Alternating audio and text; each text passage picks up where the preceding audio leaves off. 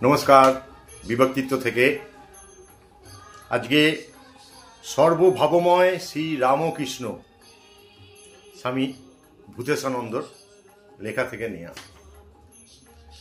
একদিন স্বামীজির সঙ্গে কয়েকজন গুরু ভাই দক্ষিণেশ্বর থেকে কলকাতায় ফিরছিলেন। রামকৃষ্ণ তাদের হৃদয় জুড়ে আছেন, তাকে নিয়ে, তার মহিমা।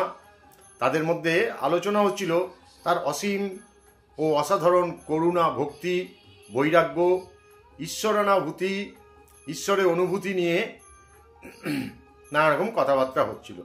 স্বামীজি বললেন, রামকৃষ্ণ আর কেউ নয়, একজন LOVE পার্সনিফাইড, প্রেমের মূর্ত বিগ্রহ তিনি,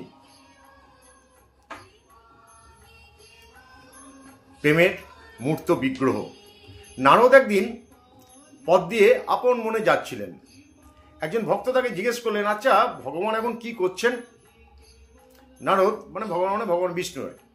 নারদ বললেন, এই তো দেখে এলাম ছুঁচের ভেতর দিয়ে একটা হাতিকে তিনি ঢোকাচ্ছেন। ভক্তটির বিশ্বাস হলো না,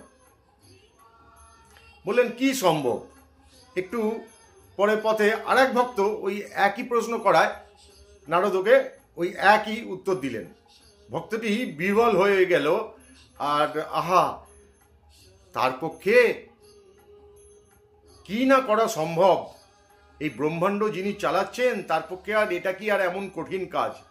তার মানে যারা উচ্চশিক্ষিত এবং ধর্মপথে চলতেন বা ঈশ্বর প্রসঙ্গ নিয়ে চর্চা করতেন, তাদের মধ্যে সবথেকে বড় তর্কের বিষয় ছিল ঈশ্বর সাকার না নিরাকার।